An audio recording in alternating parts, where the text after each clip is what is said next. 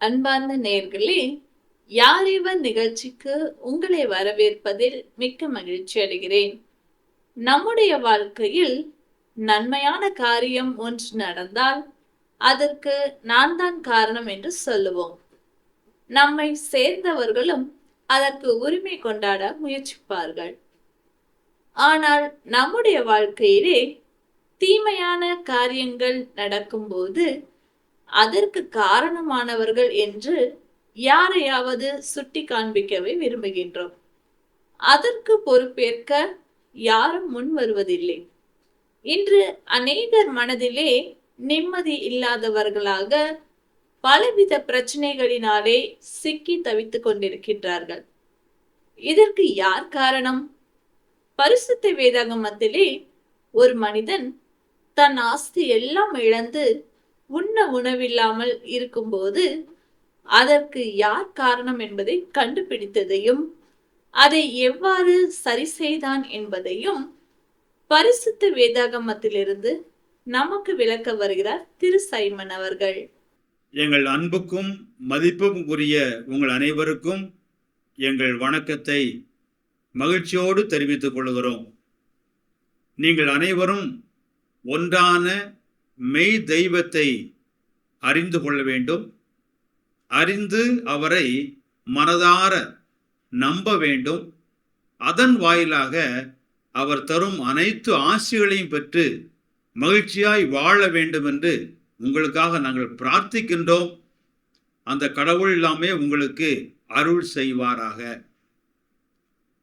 ஒரு காரியத்தில் வெற்றி கிடைக்குமானால் பொதுவாக பல பேர் சொல்வார்கள், அந்த வெற்றிக்கு நான் தான் காரணம் என்று.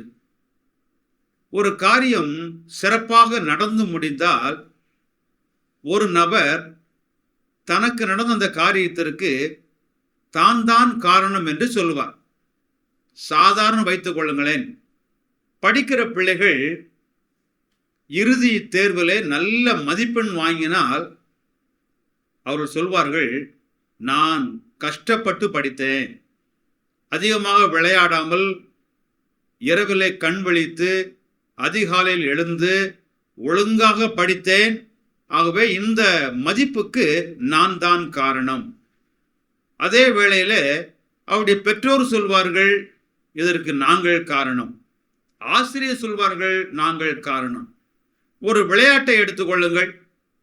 ஒரு விளையாட்டு போட்டியில் ஒருவர் முதல் இடத்துல வெற்றி பெற்றுவிட்டால் அந்த நபருக்கு ஒரு எண்ணம் இருக்கும், நான் சிறந்து விளையாடினேன், நன்றாக விளையாடினேன். சில பேர் சொல்லுவார்கள், எனக்கு பயிற்சி கொடுத்த கோச், என்னுடைய பெற்றோர் எல்லாம் எனக்கு ஆதரவாக இருந்தார்கள் என்று சொல்வார்கள். ஆனால் பெரும்பாலும் ஒரு நல்ல காரியம் நடக்கும் பொழுது, ஒரு வெற்றி கிடைக்கும் போது மனிதர்கள் சொல்வது எல்லாமே நான் தான், நான் சொன்னேன், நான் போனேன், நான் கொடுத்தேன், நான் இதை செய்தேன், நான் தான் காரணம், நான் தான் காரணம். அப்போ நல்ல காரியத்திற்கெல்லாம் நான் தான் காரணம் என்று அந்த செயலுக்கு உரியவரும் சொல்லுவார், அவரை சார்ந்தவரும் சொல்லுவாங்க. இப்போ அதற்கு எதிராய் பார்ப்போம். ஒரு காரியம் வெற்றி அடையல, நன்றாக நடக்கல, எதிர்பார்த்ததை விட தோல்வி. இப்போ எத்தனை பேர் நான் தான் காரணம் என்று சொல்வார்கள்? யாருக்கு தோல்வியும் யாருக்கு கஷ்டம் வந்ததோ அவர் கூட நான் தான் என்று சொல்ல மாட்டார்.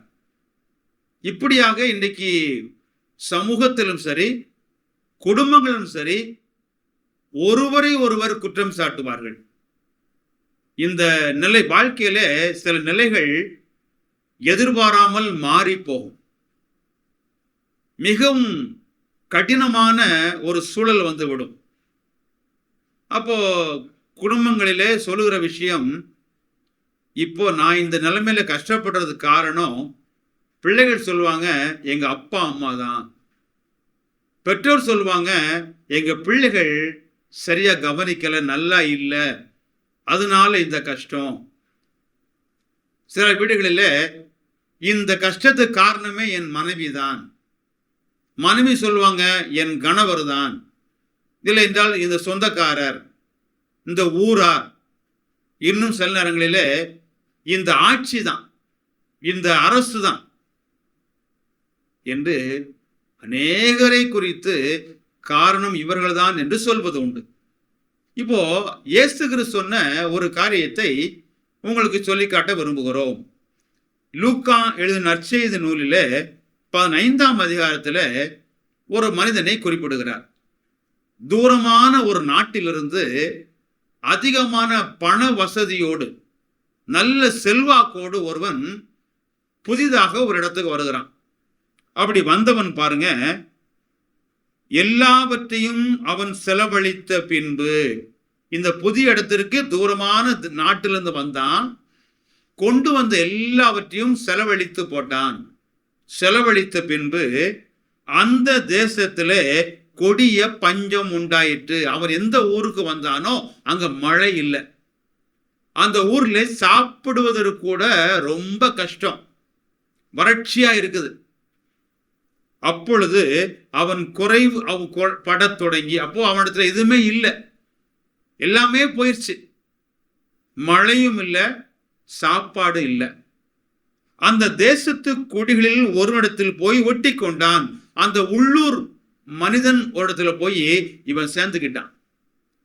அந்த உள்ளூர் மனிதன் இந்த மனிதனை தன் வயல்களில் பன்றிகளை மேய்க்கும்படி அனுப்பினான். அப்பொழுது பன்றிகள் தின்கிற தவிட்டினாலே தன் வயிற்றை நிரப்ப ஆசையாயிருந்தான். ஒருவனும் அதை அவனுக்கு கொடுக்கவில்லை. தன் வயலில் போய் பன்றிகளை மேய்க்கும் வேலையை கொடுத்தான். இவனுக்கு பயங்கரமான பசி. இப்ப என்ன ஆசைப்படுகிறான், இந்த பன்றிகளுக்கு தவிடு உணவுகள் கொடுப்பாங்க. அந்த பன்றிக்கு நல்ல உணவே கொடுக்க மாட்டாங்க. அந்த உணவாவது எனக்கு கிடைத்தால் போதும், பன்றிகள் தின்கிற உணவை தின்றாவது என் வயிற்று பசியை போக்கி விடுவேன் என்று இவன் ஆசைப்பட்டானாம். இப்போ இவனுடைய இந்த நிலைக்கு யார் காரணம்? இவன் கொண்டு வரும்போது நிறைய கொண்டு வந்தான், அதிகமான செல்வத்தோடு பணத்தோடு தான் தூரமான தேசத்திலிருந்து வந்தானே. இப்போ இவன் நிலைமை மிக மோசமாய் போய்விட்டது. இதற்கு யார் காரணம்? புதிதாய் வந்தானே இந்த நாடு, இந்த ஊர் காரணமா? இல்லை, இந்த நாட்டிலே மழையே இல்லை, சாப்பாட்டுக்கே ரொம்ப வறட்சி பஞ்சம் ஆகிவிட்டது, அது காரணமா? இல்லை, இவனை இப்பொழுது ஒருவன் தன்னோடு சேர்த்து கொண்டு தன் வயலிலே பன்றிகளை மேய்ப்பதற்கு அனுப்பினானே, அவன் காரணமா? இல்லை, இப்போது இவன் பன்றி சாப்பிடுகிற சாப்பாட்டையாவது சாப்பிட வேண்டும் என்று நினைக்கும் போது அதை கூட ஒருவரும் கொடுக்கவில்லை. அப்படியானால் மற்ற எல்லாரும் அதற்கு காரணமா? பாருங்க, பல நேரங்களில் எதிர்பாராத துன்பங்கள், கஷ்டங்கள் வாழ்க்கையில் வரும்போது யாரெல்லாமோ காரணமா இருக்கக்கூடும் என்று மனிதன் நினைக்கிறான். இந்த அரசு தான் காரணம், இந்த ஊர் தான் காரணம், இந்த மக்கள் சமுதாயம், என்னை சுற்றியுள்ள சமுதாயம், என் பக்கத்து வீட்டுக்காரர் தான் காரணம், எதிர்த்த வீட்டுக்காரர் தான் காரணம், என் கூட வேலை பார்க்கிறவங்க தான் காரணம், என்னுடைய மாமனார் மாமியார் தான் காரணம், என் பிள்ளைகள் தான் காரணம், என் பெற்றோர் இப்படி பல பேரை அவர்கள்தான் காரணம் என்று மனிதர்கள் சொல்வது உண்டு. இந்த மனிதன் சொன்னதை பாருங்க. இவன் இந்த நிலைக்கு இவன் என்ன தீர்வாங்கன்னு பாருங்க. அடுத்து சொல்லுகிறார், அவனுக்கு புத்தி தெளிந்த போது, அவனுக்கு புத்தி தெளிந்தது. அப்படியானால் இதற்கு முன்பாக நடந்தது எல்லாமே புத்தி தெளிவு இல்லாமல் நடந்தது. அவன் என்ன சொல்லுகிறான், என் தகப்பனுடைய கூலிக்காரர் எத்தனையோ பேருக்கு பூர்த்தியான சாப்பாடு இருக்கிறது, நானோ பசியினால் சாகிறேன். இது என்ன காரணம் என்று கேட்டால், இந்த நிலைக்கு இவன் யாரையும் குறை சொல்லவில்லை.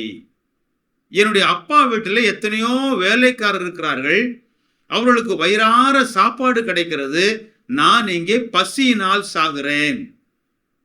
அடுத்து சொல்லுகிறார், நான் எழுந்து என் தகப்பனிடத்திற்கு போய், தகப்பனே, பரத்துக்கு விரோதமாகவும் உமக்கு முன்பாகவும் பாவம் செய்தேன். இவன் சரியாக கண்டுபிடிச்சிட்டான். இந்த நிலைக்கு யாரும் காரணமில்லை. என்னவென்று கேட்டீர்களானால், இவன் யார் தெரியுமா? இவனுடைய அப்பா பெரிய பணக்காரர். அவங்க வீட்டுல நிறைய வசதி இருக்குது. இவனுக்கு ஒரு அண்ணனும் இருக்கிறான். ஒரு நாள் இவன் அவங்க அப்பாவை பார்த்து, நம்முடைய சொத்துக்களை நீங்கள் பங்கு வைத்து என்னுடைய பங்கை எனக்கு தாங்கன்னு கேட்டான். என்னுடைய பங்கை எனக்கு பிரித்து கொடுங்கள் என்று அப்பாட்ட கேட்டு, அப்படியாக தன்னுடைய பங்கு அந்த சொத்தெல்லாம் வாங்கிக்கிட்டு தான் தூரமான இந்த இடத்திற்கு வந்து இந்த இடத்துல செலவழித்தான் என்றால், இங்க சொல்லுகிறது, அங்கே துன்மார்க்கமாய் ஜீவனம் பண்ணி தன் ஆஸ்தியை அழித்து போட்டான். சாதாரண செலவாகல, அவன் கெட்ட வழியில, அவன் தீமையான மோசமான வழியில, தகாத வழியில, தவறான வழியில தான் கொண்டு வந்த எல்லாத்தையும் செலவழித்து போட்டான். இப்போ இவன் யாரையும் நீங்கள் காரணம் என்று சொல்லல, உணர்ந்து கொண்டான். நான் தான் காரணம், இதெல்லாம் வாங்கி கொண்டு வந்தேன், நான் தான் கெட்ட வழியில் நடந்தேன், நான் தான் மோசமான காரியங்களை செய்தேன், இதற்கெல்லாம் காரணம் நான் தான். மனிதனுடைய வாழ்க்கையில அவனுடைய நிலைக்கு அவன்தான் காரணம் என்று உணரும் பொழுது அதிலிருந்து ஒரு மாற்றத்தையும் தீர்வையும் விடுதலையும் மனிதன் கண்டுகொள்ள முடியும். அதுவரைக்கும் மனிதன் கண்டுகொள்ள முடியாது. இந்த வேதாகமத்தில் நீதிமொழிகள் என்கிற புத்தகத்தில் 28ஆம் அதிகாரத்தில் 13வது வசனம் இப்படி சொல்கிறது, தன் பாவங்களை மறைக்கிறவன் வாழ்வடைய மாட்டான். தன்னுடைய தவறுகளை யாரெல்லாம் மறைத்து வைக்கிறானோ அவர்களுக்கு வாழ்வு இல்லை. அவைகளை அறிக்கை செய்து விட்டு விடுகிறவனோ இரக்கம் பெறுவான். அந்த பாவங்களை மூடி மறைப்பதல்ல, தன் தவறை வேற யாரோ காரணம் என்று சொல்லி நழுவதல்ல, நான் தான் காரணம் என்று மூடி மறைக்காமல் இருக்கிறவனுக்கு வாழ்வு உண்டு. இந்த மனிதன் அதைத்தான் செய்தான். நான் தான் காரணம், நான் தான் வந்து விட்டேன். இப்போ அவனுக்கு புத்தி வந்த பொழுது அவன் சொல்லுகிறான், நான் எழுந்து எங்க அப்பா இடத்துல போவேன், போய் சொல்லுவேன் பரத்துக்கு விரோதமாக. அப்படி என்றால் விண்ணிலே ஒரு தேவன் இருக்கிறார், ஒரு பிதா இருக்கிறார். அந்த தகப்பனுக்கு விரோதமாக, அப்பா உங்களுக்கு விரோதமாக நான் பாவம் செய்து விட்டேன். நான் தான் காரணம் என்று ஒத்துக்கொள்கிறவர்கள் அடுத்து செய்ய வேண்டிய மிக முக்கியமான காரியம், தன் பாவங்களை மறைக்கிறவன் வாழ்வடைய மாட்டான் என்று படித்தோமே, இந்த காரியத்தை கடவுளிடத்திலே சொல்ல வேண்டும். இந்த நீதிமொழி புத்தகத்தில் இன்னொரு இடத்தில், நீதிமொழி 16ஆம் அதிகாரத்தில் 25ஆம் வசனம் எப்படி சொல்கிறது, மனுஷனுக்கு செம்மையாய் தோன்றுகிற வழி உண்டு, அதன் முடிவோ மரண வழிகள். மனிதனுக்கு நலம், இதுதான் நல்லது என்று தோன்றுகிற வழி இருக்குது. இவனுக்கும் ஒரு நாளிலே இப்படி ஒரு வழி தோன்றிச்சு. அப்பாட்ட இருந்து எல்லா சொத்தையும் வாங்கி தூரமான இடத்துக்கு போய் சந்தோஷமாய் வாழ்வது நல்லது, அதுதான் நல்ல வழி நினைச்சான். ஆனா அவன் கண்களுக்கு எது நல்ல வழியா இருந்ததோ அந்த வழியை இப்ப இவனுக்கு மரண வழி ஆயிருச்சு. இப்போ நான் தான் காரணம் என்று ஒத்துக்கொண்டான். அந்த வழியின் முடிவையும் இவன் நன்றாக தெரிந்து கொண்டான். இப்பொழுது என்ன செய்கிறான், நான் எழுந்து என் தகப்பனிடத்திற்கு போவேன். அவன் எழுந்து தன் தகப்பனிடத்திலே போனான். அவன் எதை குறித்தும் யோசிக்கல. நான் போனால் என் நண்பர்கள் பார்த்து என்ன சொல்லுவாங்க, ஊர்க்காரங்க எனக்கு அறிமுகமானவங்க பார்த்து என்ன சொல்லுவாங்க, எதை குறித்தும் அவன் யோசிக்கல. நேராக தந்தையிடத்திலே போய் மன்னிப்பு கேட்டு, இனிமேல் உங்கள் வீட்டு பிள்ளை என்று சொல்வதற்கு எனக்கு அருகதை இல்லை என்று அவன் சொல்வதற்காக போகும் பொழுது தூரத்தில் இவன் வருவதை தகப்பன் பார்த்தார். ஓடி போனார். இங்கே அவரை குறித்து சொல்லுகிறது, அவன் தூரத்திலே அவன் தகப்பன் அவனை கண்டாராம். அவனை கண்டு மனது உருகினாராம். ஓடினாராம். அவன் கழுத்தை கட்டி கொண்டாராம். அவனுக்கு முத்தம் கொடுத்தாராம். அப்புறம் சொன்னாராம், என்னுடைய மகன் செத்து போனவன் திரும்ப வந்துட்டான்.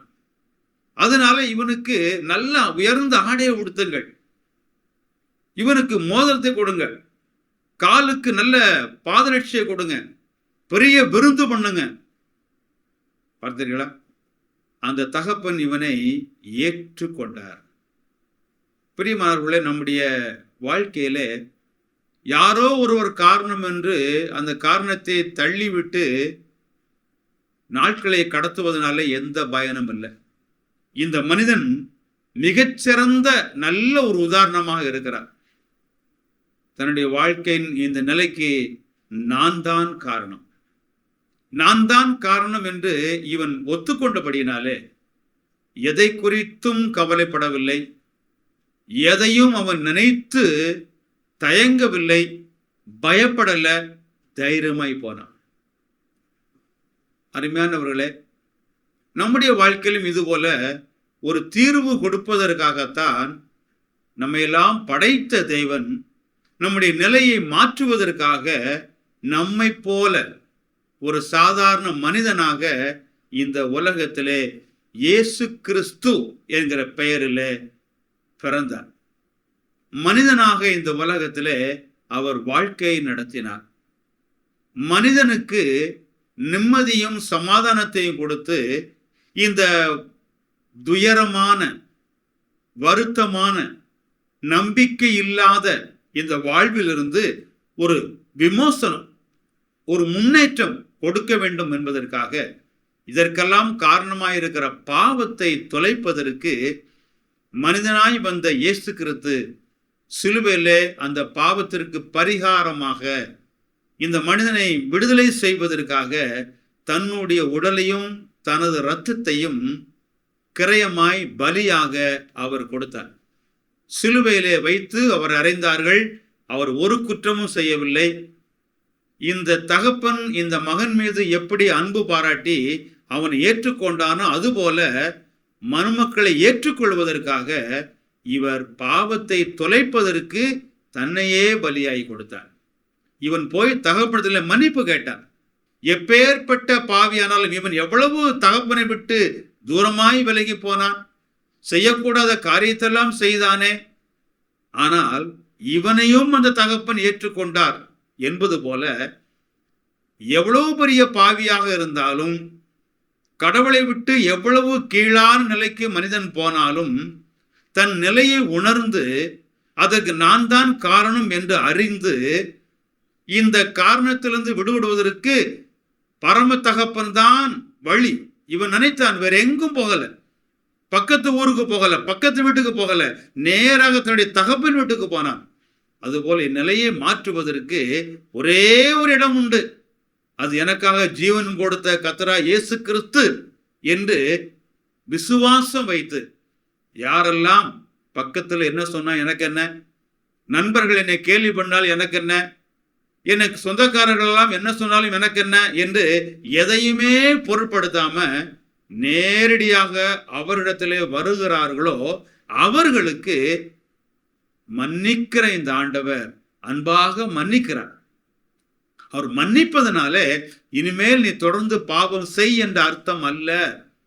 அப்படி மன்னித்து தன்னிடத்தில் ஏற்றுக்கொள்கிற இந்த பிள்ளைகளை தனக்கு பிள்ளையாக வைத்துக் கொள்கிறார். இவர்கள் ஆண்டவருக்கு பிள்ளை. அவருக்கு பிள்ளைகளாக இருக்கிற இவர்கள் அவரை போல் வாழ வேண்டும் என்றுதான் விரும்புகிறார். மறுபடியும் பாவம் செய்ய வேணும், மன்னிப்பு பெற வேண்டும், பாவம் செய்ய வேண்டும், அப்படியே வாழ வேண்டும் விரும்பவே இல்லை. ஆகவே யாரும் தவற நினைக்க வேண்டாம். இந்த இயேசுவிடத்தில் வந்து நாம் எப்போ எல்லா பாவத்தையும் செய்துவிட்டு ஞாயிற்றுக்கிழமை வந்து ஆண்டவரே மன்னியும் என்று சொன்னால் மன்னித்து விடுவார். இல்லை, ஒரு முறை தன்னுடைய பிழையை உணர்ந்து அவ்விடத்தில் வந்து நான் பாவம் செய்தேன் என்று இந்த மகனை போல மன்னிப்பு கோரினவர்களுக்கு மன்னிப்பு கொடுக்கிறார்.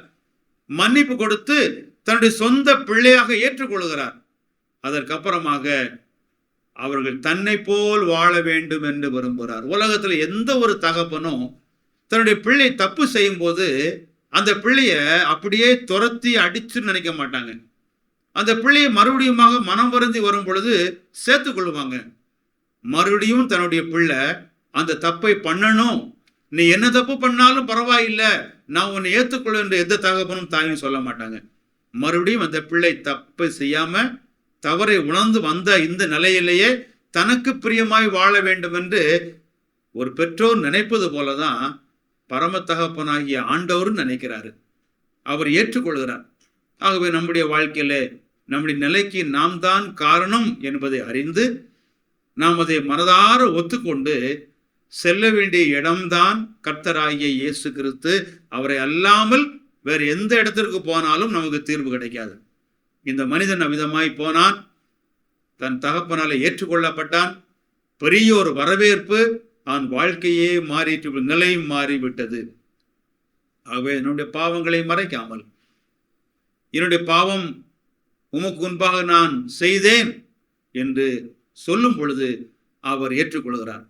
இந்த ரோமர் என்கிற புத்தகத்தில் ஒரு மனிதன் மறுபடியுமாக தான் நேசித்த, தன்னை படைத்த, தனக்காக ஜீவன் கொடுத்த அந்த கர்த்தரிடத்திலே வந்து தன் நிலையிலே மாற்றம் அடைந்து அவரோடு அவன் நல்ல நம்பிக்கையில மகிழ்வாய் வாழ்வதற்கான செய்ய வேண்டிய காரியத்தை ரோமர் 10ஆம் அதிகாரம் 9ஆம் வசனம் சொல்லுகிறார். கர்த்தராகிய இயேசுவை நீ உன் வாயினாலே அறிக்கையிட்டு தேவன் அவரை மரித்தோரிலிருந்து எழுப்பினார் என்று உன் இருதயத்திலே விசுவாசித்தால் ரட்சிக்கப்படுவாய்.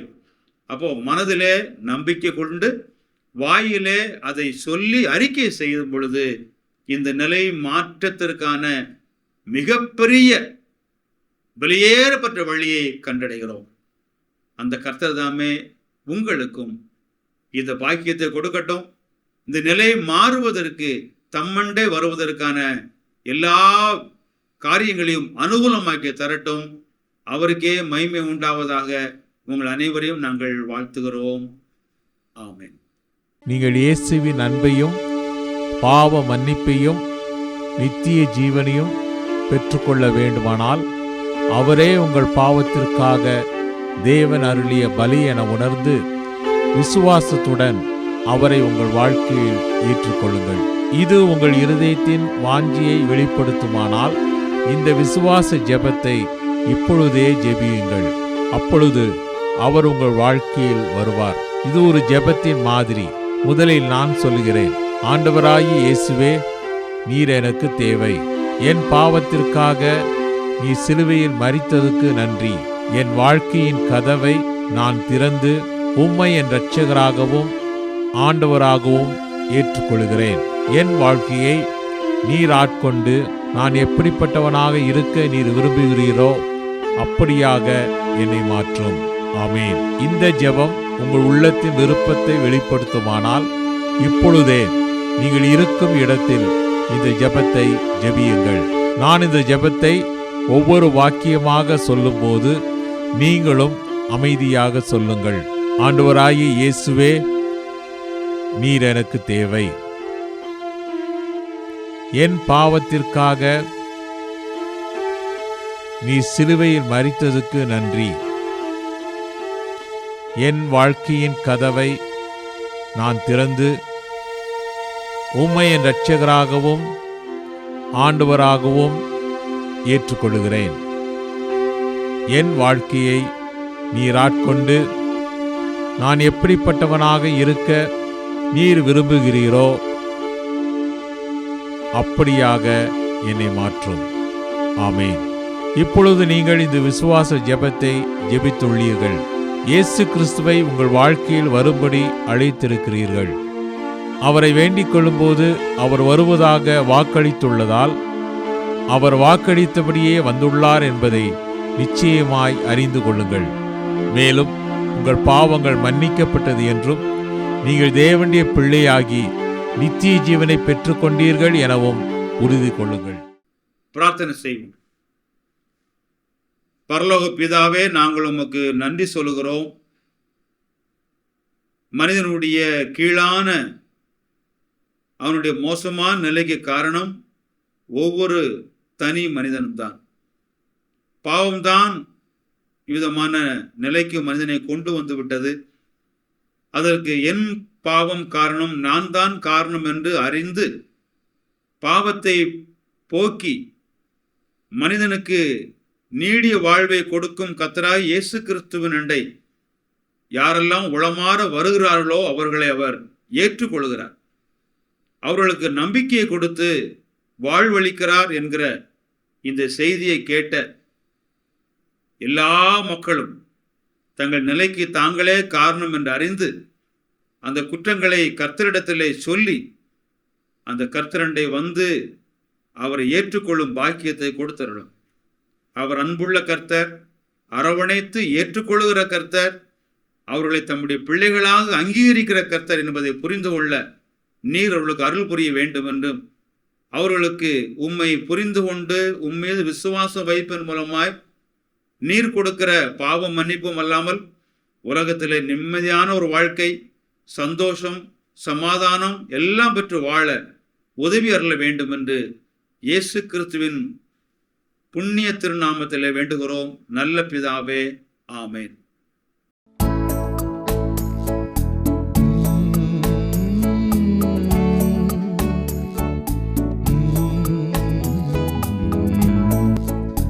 இயேசுவை ஏற்றுக்கொள்வார், கிறிஸ்தேசுவை ஏற்றுக்கொள்வார். உன் இருதய கதவை நீ திறந்தால் உன் உள்ளத்திலே வருவார்.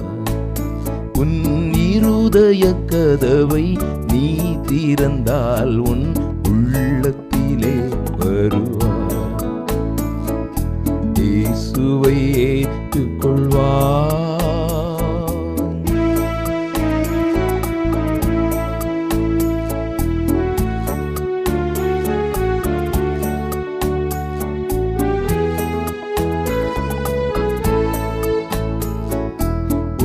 அக்கிரமத்தை எல்லாம் மன்னிப்பார், உன் நோய்கள் எல்லாம் குணமாக்க வந்தார். உன் அக்கிரமத்தை எல்லாம் மன்னிப்பார், உன் நோய்கள் எல்லாம் குணமாக்க வந்தார். கிருபையினாலும் இரக்கங்களாலும் முடிசூட்டி உன்னை உயர்த்திடுவார். கிருபையினாலும் இரக்கங்களாலும் முடிசூட்டி உன்னை உயர்த்திடுவார். இயேசுவை ஏற்றுக்கொள்வார்.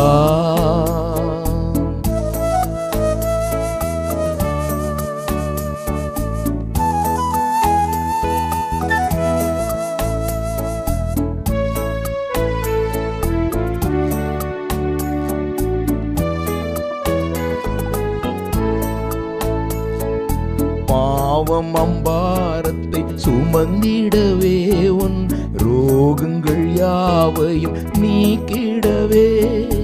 பாவம் அம்பாரத்தை சுமந்திடவே உன் ரோகங்கள் யாவையும் நீக்கிடவே. வாரினால் அடித்த வேதனை பொறுத்தார், சோதனை யாவையும் அவர் ஜெயித்தார். வாரினால் அடித்த வேதனை பொறுத்தார், சோதனை யாவையும் அவர் ஜெயித்தார். இயேசுவை ஏற்றுக்கொள்வார்.